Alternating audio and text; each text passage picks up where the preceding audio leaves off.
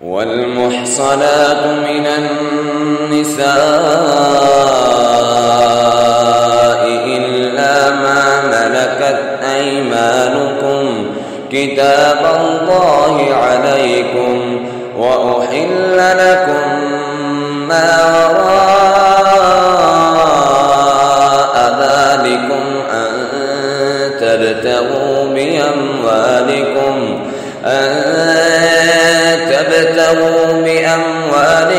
محصنين غير مسافحين، فما استمتعتم به منهن فآتوهن أجورهن فريضة، ولا جناح عليكم فيما تراضيتم به من بعد الفريضة، إن الله كان عليما حكيما. ومن لم يستطع منكم طولا أن ينكح المحصنات المؤمنات فمما ملكت أيمانكم من فتياتكم المؤمنات، والله أعلم بإيمانكم بعضكم من بعض، فانكحوهن بإذن أهلهن وآتوهن أجورهن بالمعروف محصنات غير مسافحات ولا متخذات أخدان، فإذا أحصن فإن أتين بفاحشة فعليهن نصف ما على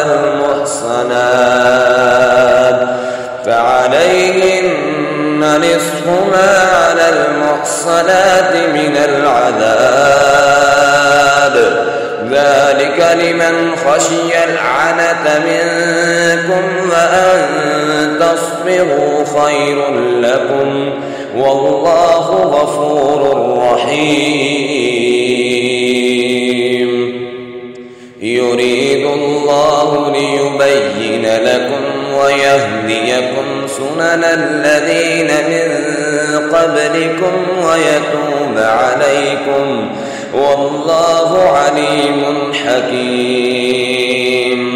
والله يريد أن يتوب عليكم ويريد الذين يتبعون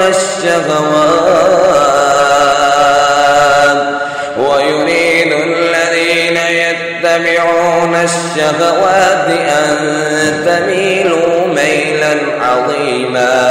يريد الله أن يخفف عنكم، وخلق الإنسان ضعيفا. يا أيها الذين آمنوا لا تأكلوا أموالكم بينكم بالباطل إلا أن تكون تجارة عن تراض منكم، ولا تقتلوا أنفسكم، إن الله كان بكم رحيما. ومن يفعل ذلك عدوانا وظلما فسوف نصليه نارا، وكان ذلك على الله يسيرا. إن تجتنبوا كبائر ما تنهون عنه نكفر عنكم سيئاتكم نكفر عنكم سيئاتكم وندخلكم مدخلا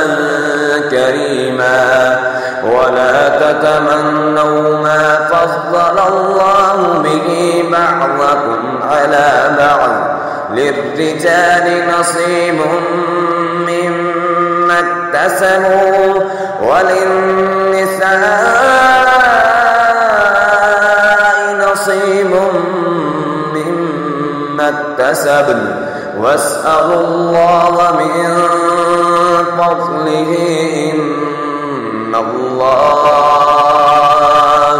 إن الله كان بكل شيء عليما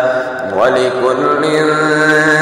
جعلنا موالي مما ترك الوالدان والأقربون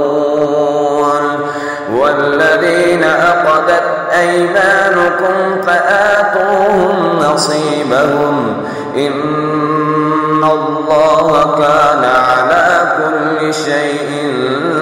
شهيدا الرجال قوامون على النساء بما فضل الله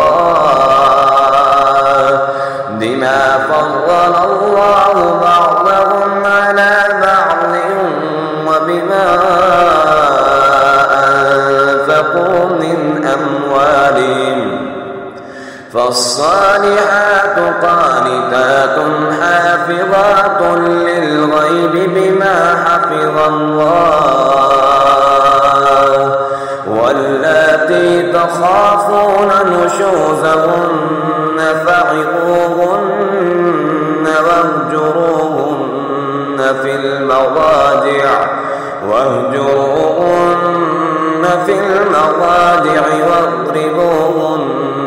فإن أطعنكم فلا تبغوا عليهن سبيلا إن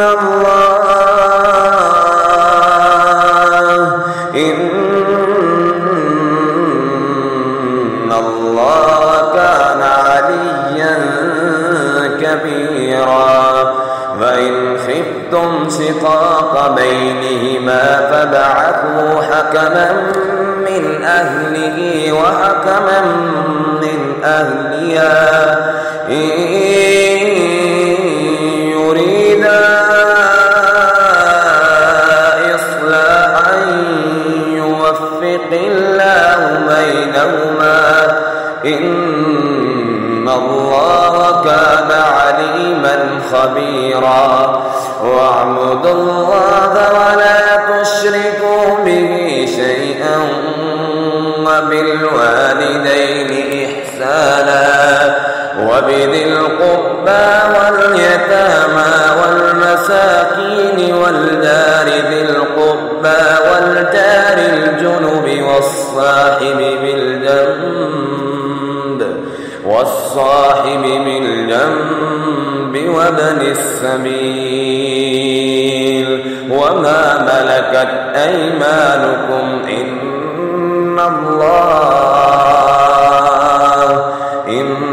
الله لا يحب من كان مختالا فخورا الذين يبخلون ويأمرون الناس بالبخل ويكتمون ما آتاهم الله من فضله وأعتدنا للكافرين عذابا مهينا والذين ينفقون أموالهم رئاء الناس ولا يؤمنون بالله ولا باليوم الآخر ومن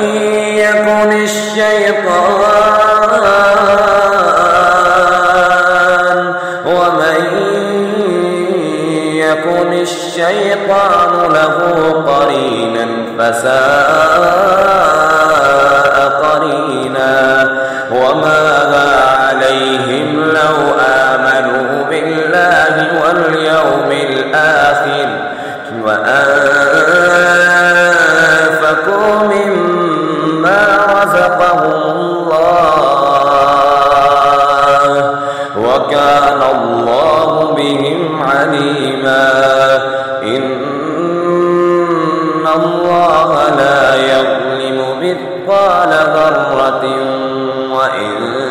تك حسنة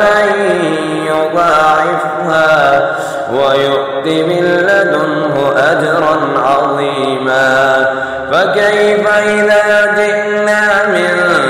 كل أمة بشهيد وجئنا بك على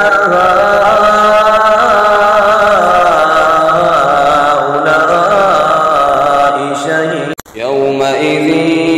يود الذين كفروا وعصوا الرسول لو تسوى بهم الأرض ولا يكتمون الله حديثا. يا أيها الذين آمنوا لا تقربوا الصلاة وأنتم سكارى حتى تعلموا ما تقولون ولا جنبا إلا عابري سبيل حتى تغتسلوا وإن كنتم مرضى أو على سفر أو جاء أحد منكم من الغائط أو لامستم النساء فلم تجدوا ماء فتيمموا صعيدا طيبا فامسحوا بوجوهكم وأيديكم إن الله كان عفوا غفورا. ألم تر إلى الذين أوتوا نصيبا من الكتاب يشترون الضلالة ويريدون أن تضلوا السبيل والله أعلم بأعدائكم وكفى بالله وليا وكفى بالله نصيرا. من الذين هادوا يحرفون الكلم عن مواضعه ويقولون سمعنا وعصينا واسمع غير مسمع وراعنا ليا بألسنتهم وطعنا في الدين ولو أنهم قالوا سمعنا وأطعنا واسمع وانظرنا لكان خيرا لهم وأقوم ولكن لعنهم الله بكفرهم فلا يؤمنون إلا قليلا. يا أيها الذين أوتوا الكتاب آمنوا بما نزلنا مصدقا لما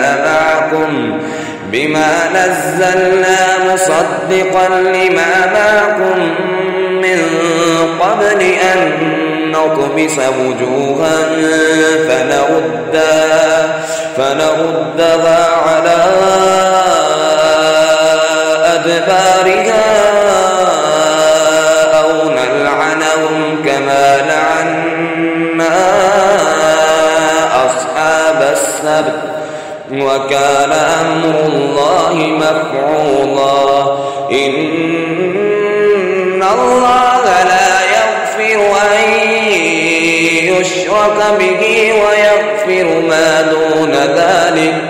ويغفر ما دون ذلك لمن يشاء ومن يشرك بالله فقد افترى إثما عظيما. ألم تر إلى الذين يزكون أنفسهم بل الله يزكي من يشاء ولا يظلمون فتيلا. انظر كيف يفترون على الله الكذب وكفى به إثما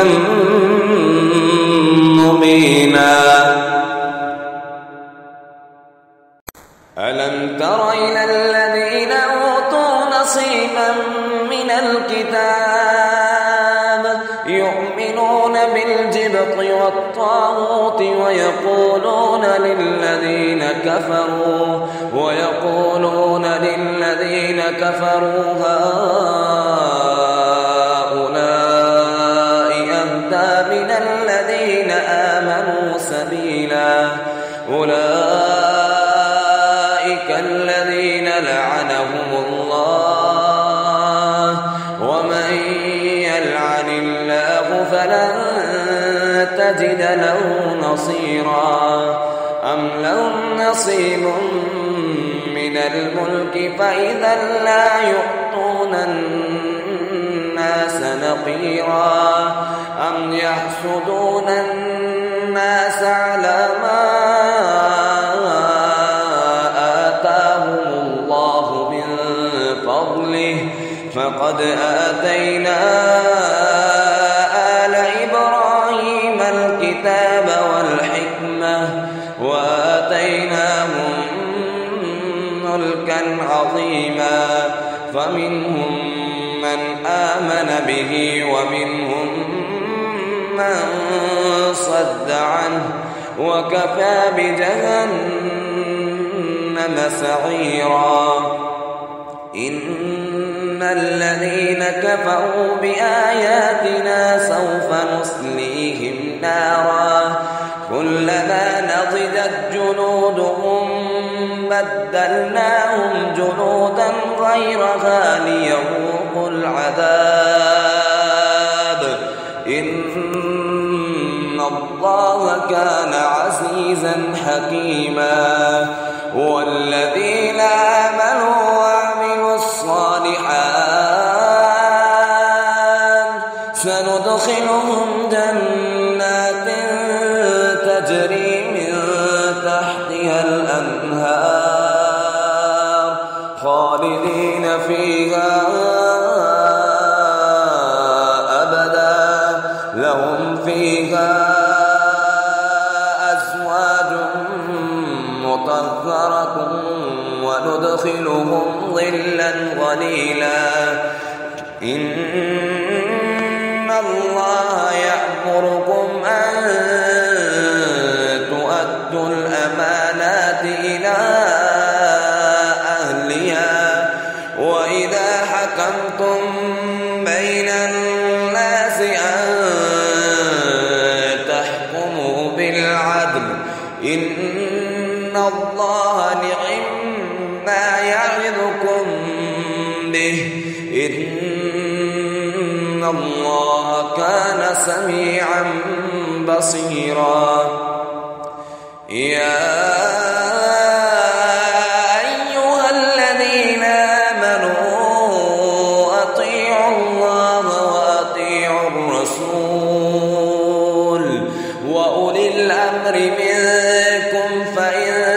تنازعتم في شيء فردوه إلى الله والرسول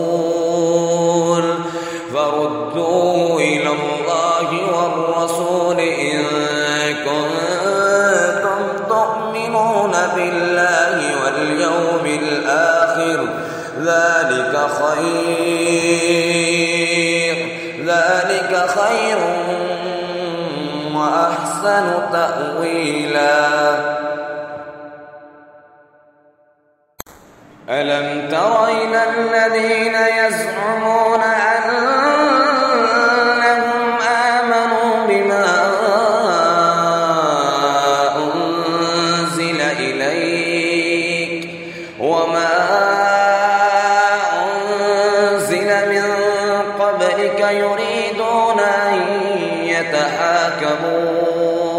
إلى الطاغوت وقد أمروا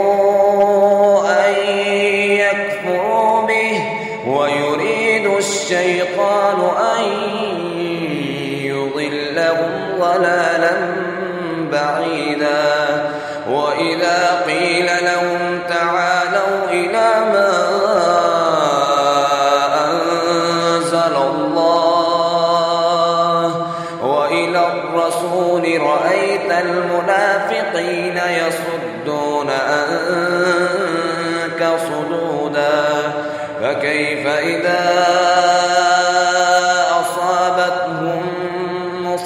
طائفة بما قدمت أيديهم ثم جاءوك يحلفون بالله إن أردنا إلا إحسانا وتوفيقا أولئك الذين يعلم الله ما في قلوبهم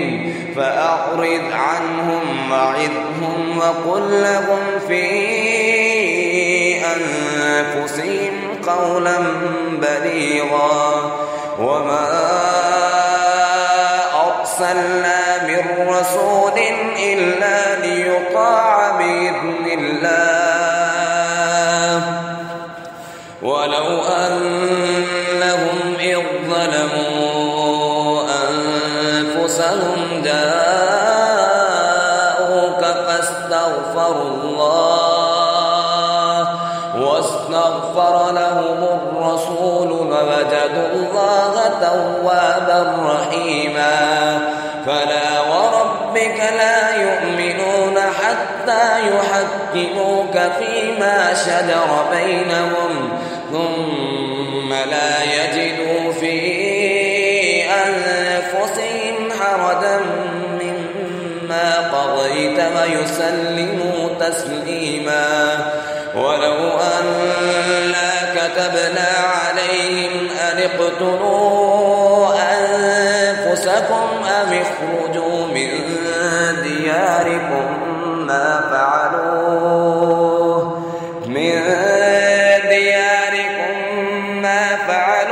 إلا قليل منهم ولو أنهم فعلوا ما يوعظون به لكان خيرا لهم وأشد تثبيتا وإذا لآتيناهم من لدنا أجرا عظيما ولهديناهم صراطا مستقيما ومن يطع الله والرسول فأولئك مع الذين أنعم الله عليهم من النبيين والصديقين والشهداء والصالحين وحسن أولئك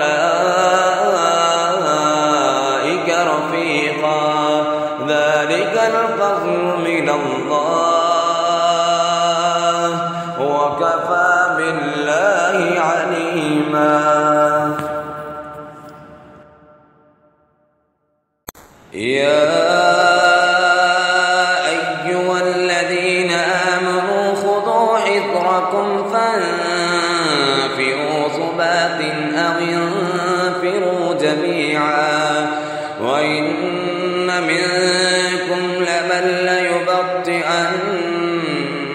فإن أصابتكم مصيبة قال قد أنعم الله علي إذ لم أكن معهم شهيدا ولئن أصابكم فضل من الله ليقولن كأن لم تكن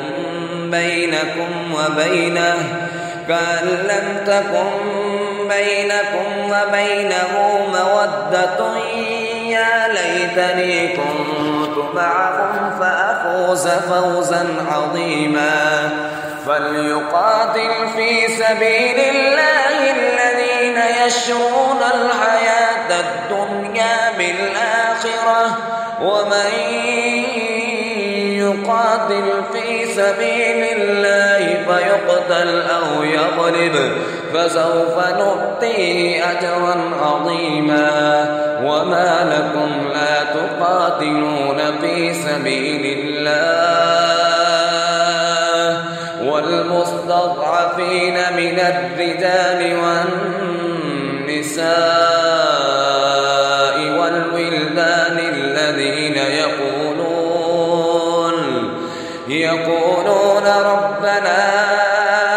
أخرجنا من هذه القرية الظالم أهلها واجعل لنا من لدنك وليا واجعل لنا من لدنك نصيرا. الذين آمنوا يقاتلون في سبيل الله والذين كفروا يقاتلون في سبيل الطاغوت فقاتلوا أولياء الشيطان إن كيد الشيطان كان ضعيفا. ألم تر إلى الذين قيل لهم كفوا أيديكم وأقيموا الصلاة وآتوا الزكاة فلما كتب عليهم القتال إذا فريق منهم يخشون الناس كخشية الله أو أشد خشية وقالوا ربنا لم كتبت علينا القتال لولا أخرتنا إلى أجل قريب قل متاع الدنيا قليل والآخرة خير لمن اتقى ولا تظلمون فتيلا أينما تكونوا يدرككم الموت ولو كنتم في بروج مشيدة وإن تصبهم حسنة يقولوا هذه من عند الله وإن تصبهم سيئة يقولوا هذه من عندك قل كل من عند الله فما لهؤلاء القوم لا يكادون يفقهون حديثا ما أصابك من حسنة فمن الله وما أصابك من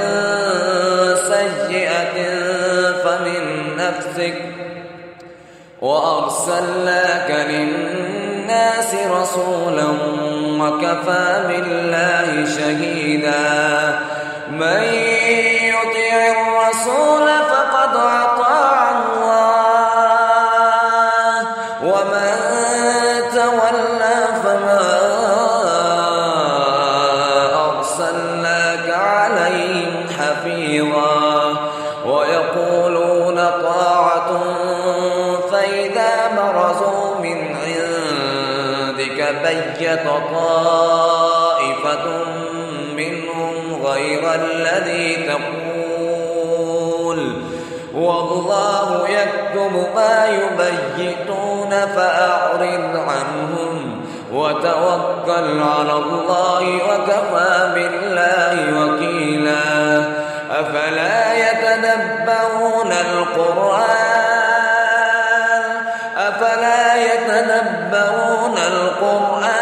ولو كان من عند غير الله لوجدوا فيه اختلافا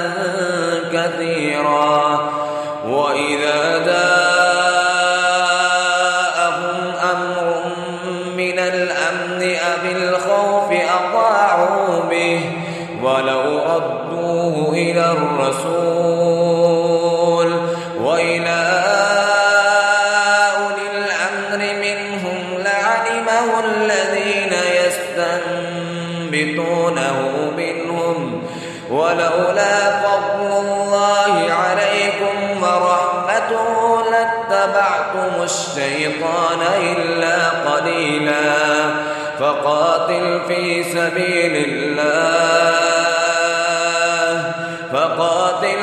سبيل الله لا تكلف إلا نفسك وحرض المؤمنين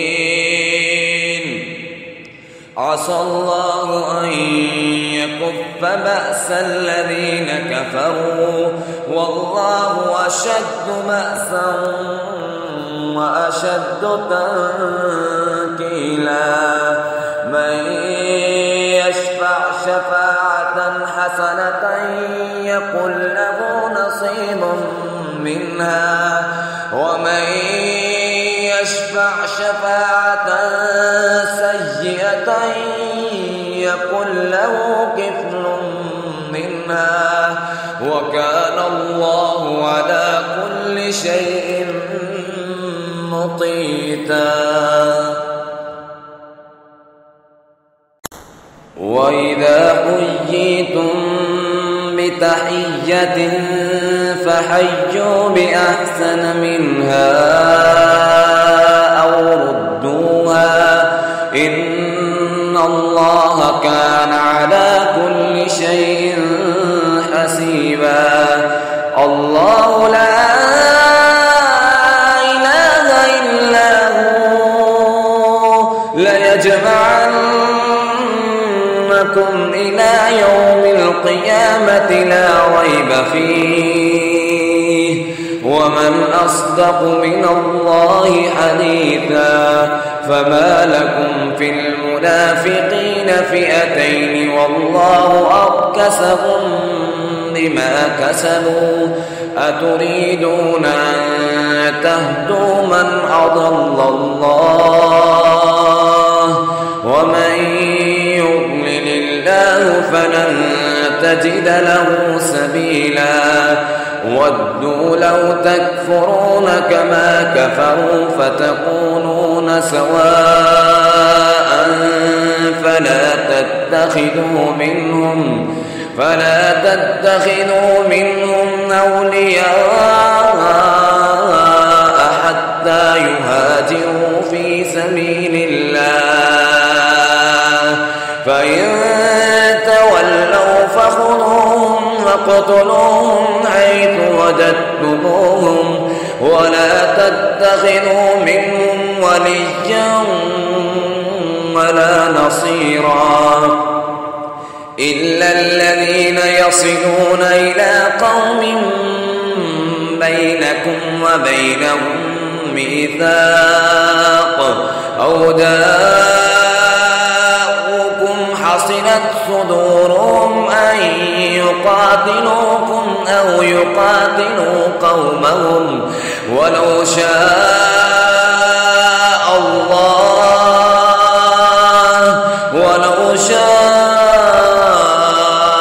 الله لسلطهم عليكم فلقاتلوكم فإن اعتزلوكم فلم يقاتلوكم وألقوا إليكم السلم فما جعل الله لكم عليهم سبيلا. ستجدون آخرين يريدون أن يأمنوكم ويأمنوا قومهم كلما ردوا إلى الفتنة أركسوا فيها فإن لم يعتزلوكم ويلقوا إليكم السلم ويكفوا أيديهم فخذوهم واقتلوهم حيث ثقفتموهم وأولئكم جعلنا لكم عليهم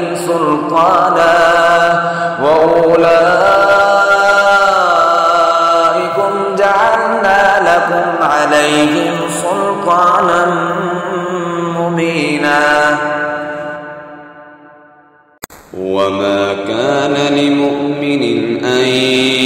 يقتل مؤمنا إلا خطأ ومن قتل مؤمنا خطأ فتحرير رقبة مؤمنة ودية مسلمة إلى أهله إلا أن يصدقوا فإن كان من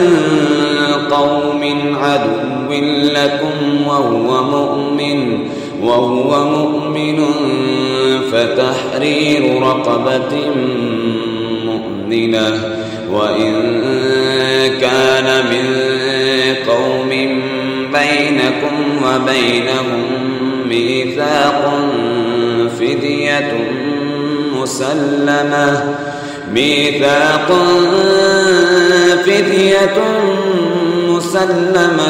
إلى أهله وتحرير رقبة مؤمنة فمن لم يجد فصيام شهرين متتابعين توبة من الله وكان الله عليما حكيما ومن يقتل مؤمنا متعمدا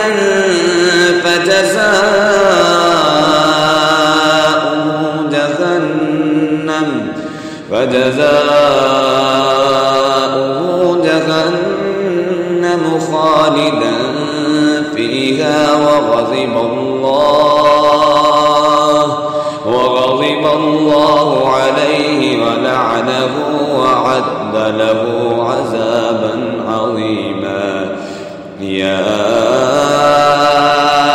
أيها الذين آمنوا إذا ضربتم في سبيل الله فتبينوا ولا تقولوا لمن ألقى إليكم السلام لست مؤمنا تبتغون عرض الحياة الدنيا فعند الله مغانم كثيرة كذلك كنتم من قبل فمن الله عليكم فتبينوا إن الله كان بما تعملون خبيرا لا يستوي القاعدون من المؤمنين غير أولي الضرر والمجاهدون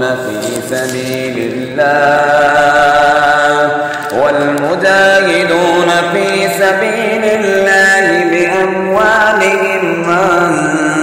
وأنفسهم فضل الله المجاهدين بأموالهم وأنفسهم على القاعدين درجة وكلا وعد الله الحسنى وفضل الله المجاهدين على القاعدين أجرا عظيما درجات منه ومغفرة ورحمة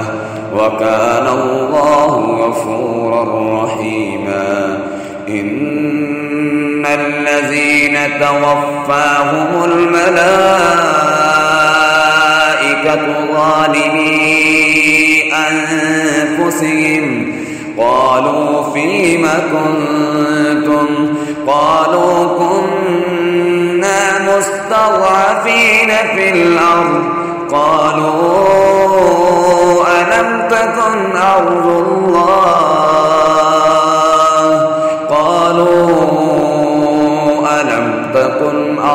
الله واسعة فتهاجروا فيها فأولئك مأواهم جهنم وساءت مصيرا إن الذين توفاهم الملائكة ظالمي قالوا فيم كنتم قالوا كنا مستضعفين في الأرض قالوا ألم تكن أرض الله واسعة فتهاجروا فيها فأولئك مأواهم جهنم وساءت مصيرا إلا المستضعفين من الرجال والنساء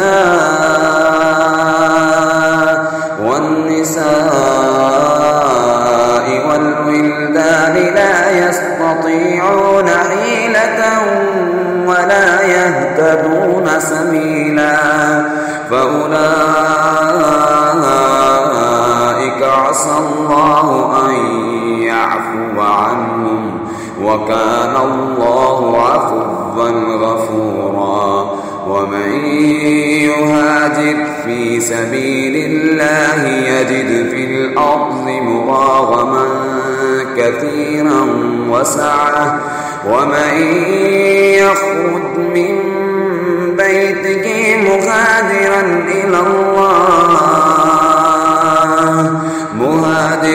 إلى الله ورسوله ثم يدركه الموت فقد وقع أجره على الله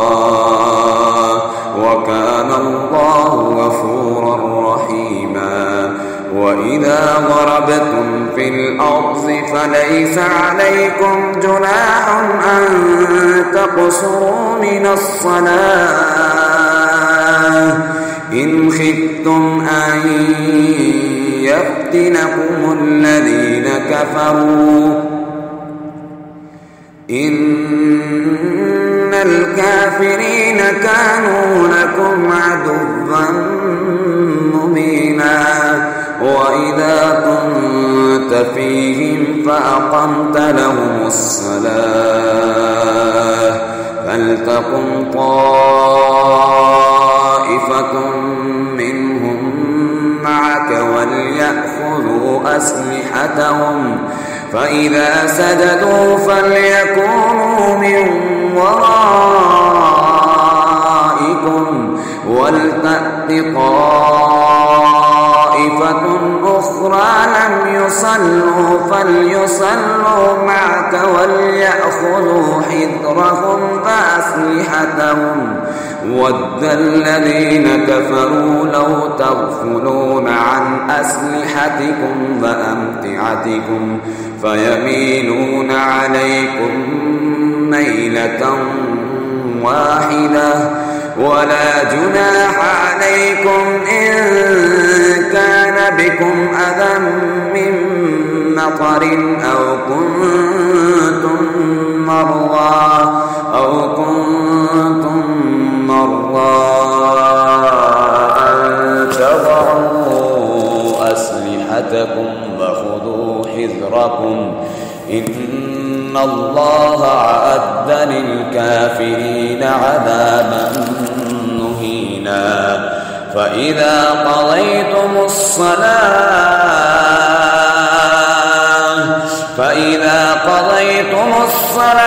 فاذكروا الله قياما وقعودا وعلى جنوبكم فإذا اطمأننتم فأقيموا الصلاة إن الصلاة كانت على المؤمنين كتابا موقوتا ولا تهنوا في ابتغاء القوم إن تكونوا تألمون فإنهم يألمون كما تألمون وترجون من الله ما لا يرجون وكان الله عليما حكيما إنا أنزلنا إليك الكتاب بالحق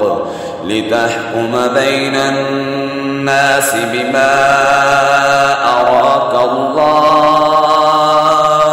ولا تكن للخائنين خصيما واستغفر الله إن الله كان غفورا رحيما ولا تجادل عن الذين يختانون أنفسهم إن الله لا يحب من كان خوانا أثيما يستخفون من الناس ولا يستخفون من الله وهو معهم إذ يبيتون ما لا يرضى من القول وكان الله بما يعملون محيطا ها أنتم هؤلاء جادلتم عنهم في الحياة الدنيا فمن يجادل الله عنهم يوم القيامة أم من يكون عليهم وكيلا ومن يعمل سوءا أو يظلم نفسه ثم يستغفر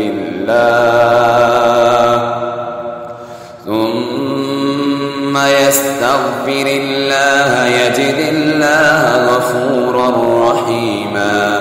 ومن يكسب إثما فإنما يكسبه على نفسه وكان الله عليما حكيما ومن يكسب خطيئة أو إثما ثم يرم به بريئا فقد احتمل بهتانا وإثما مبينا ولولا فضل الله عليك ورحمته لهمت طائفة منهم أن يضلوك وما يضلون إلا أنفسهم وما يضرونك من شيء وأنزل الله عليك الكتاب والحكمة وعلمك ما لم تكن تعلم وكان فضل الله عليك عظيما لا خير في كثير من نجواهم إلا من أمر بصدقة أو معروف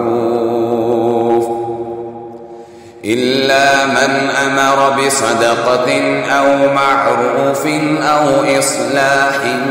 بين الناس ومن يفعل ذلك ابتغاء مرضات الله فسوف نؤتيه أجرا عظيما ومن يشاقق الرسول من بعد ما تبين له الهدى ويتبع غير سبيل المؤمنين نوله ما تولى ونصله جهنم وساءت مصيرا إن الله لا يغفر أن يشرك به ويغفر ما دون ذلك لمن يشاء ومن يشرك بالله فقد ضل ضلالا بعيدا إن يدعون من دونه إلا إناثا وإن يدعون إلا شيطانا مريدا لعنه الله وقال لأتخذن من عبادك نصيبا مفروضا ولأضلنهم فلأمنينهم ولآمرنهم فليبتكن آذان الأنعام ولآمرنهم فليغيرن خلق الله ومن يتخذ الشيطان وليا من دون الله فقد خسر خسرانا مبينا يعدهم ويمنيهم وما يعدهم الشيطان إلا غرورا أولئك مأواهم جهنم ولا يجدون عنها محيصا والذين آمنوا وعملوا الصالحات سندخلهم جنات تجري من تحتها الأنهار خالدين فيها أبدا وعد الله حقا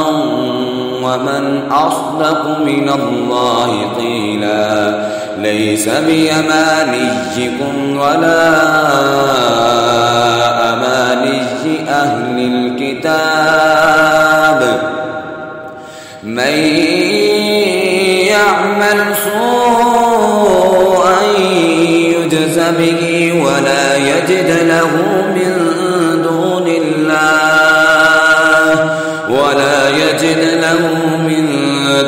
الله وليا ولا نصيرا ومن يعمل من الصالحات من ذكر أو أنثى وهو مؤمن فأولئك يدخلون الجنة ولا يظلمون نقيرا ومن أحسن دينا ممن أسلم وجهه لله وهو محسن واتبع ملة إبراهيم حنيفا واتخذ الله إبراهيم خليلا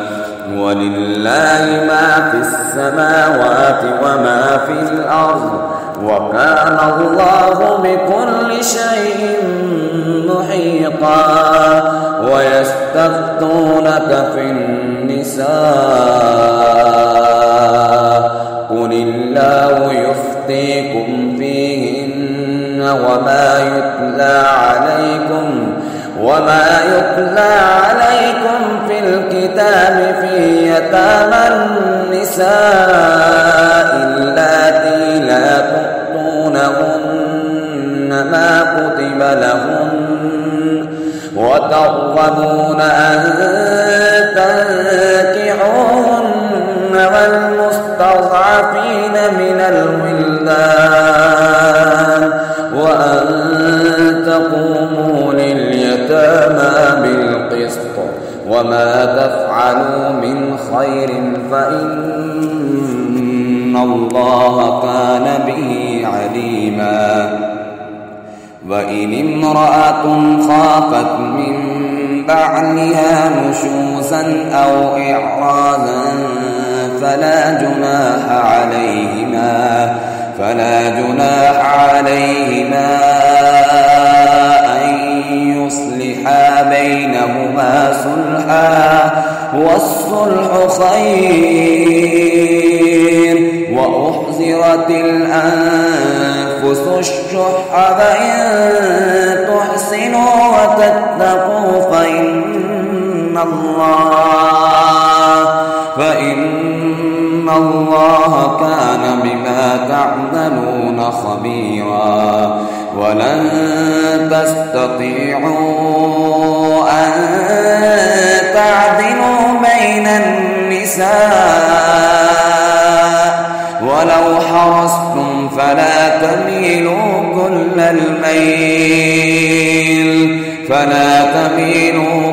الميل فتذروها كالمعلقة فإن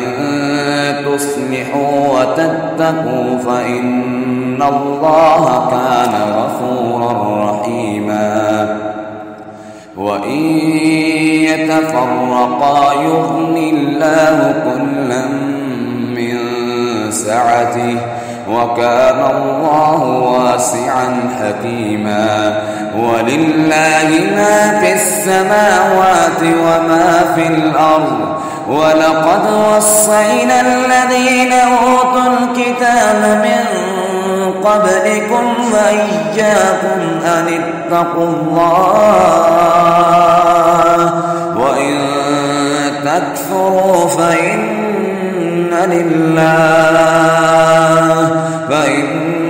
لله ما في السماوات وما في الأرض وكان الله غنيا حميدا ولله ما في السماوات وما في الأرض وكفى بالله وكيلا إن يشأ يذهبكم أيها الناس ويأتي بآخرين وكان الله على ذلك قديرا من كان يريد ثواب الدنيا فعند الله ثواب الدنيا والآخرة وكان الله سميعا بصيرا يا أيها الذين آمنوا كونوا قوامين بالقسط شهداء لله ولو على أنفسكم أو الوالدين والأقربين إن يكن غنيا أو فقيرا فالله أولى بهما فلا تتبعوا الهوى أن تعدلوا وإن تلووا أو تعرضوا فإن الله كان بما تعملون خبيرا يا أيها الذين آمنوا بالله ورسوله والكتاب الذي نزل على رسوله والكتاب الذي أنزل من قبل ومن يكفر بالله وملائكته وكتبه ورسله واليوم الآخر فقد ضل ضلالا بعيدا إن الذين آمنوا ثم كفروا ثم آمنوا ثم كفروا ثم ازدادوا كفرا لم يكن الله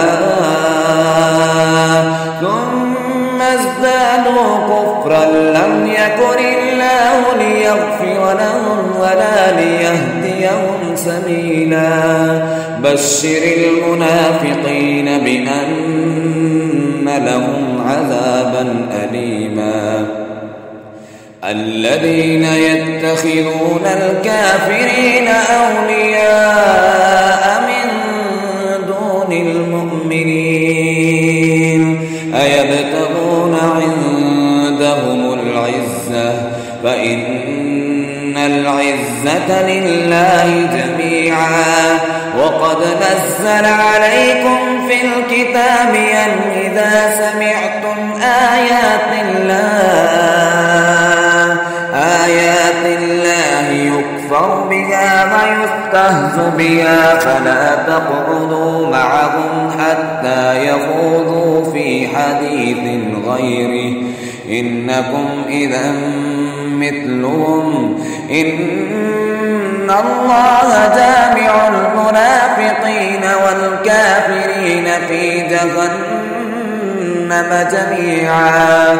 الذين يتربصون بكم فإن كان لكم فتح من الله قالوا ألم نكن معكم وإن كان للكافرين نصيب قالوا ألم نستحوذ عليكم ونمنعكم من المؤمنين فالله يحكم بينكم يوم القيامة ولن يجعل الله للكافرين على المؤمنين سبيلا إن المنافقين يخادعون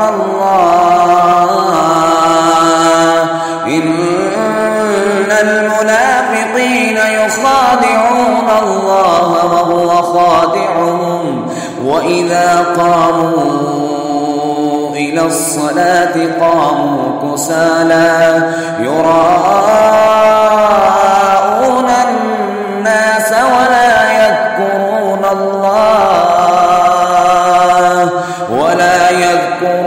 الله إلا قليلا مذبذبين بين ذلك لا إله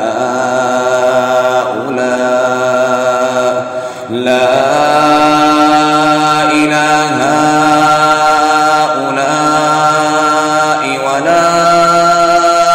إله هؤلاء ومن يضلل الله فلن تجد له سبيلا يا أيها الذين آمنوا لا تتخذوا الكافرين أولياء من دون المؤمنين أتريدون أن تجعلوا لله عليكم سلطانا مبينا إن المنافقين في الدرك الأسفل من النار ولن تجد لهم نصيرا إلا الذين تابوا وأصلحوا واعتصموا بالله وأخلصوا دينهم لله فأولئك مع المؤمنين فسوف يؤتي الله المؤمنين أجرا عظيما ما يفعل الله بعذابكم إن شكرتم وآمنتم ما يفعل الله بعذابكم إن شكرتم وآمنتم وكان الله شاكرا عليما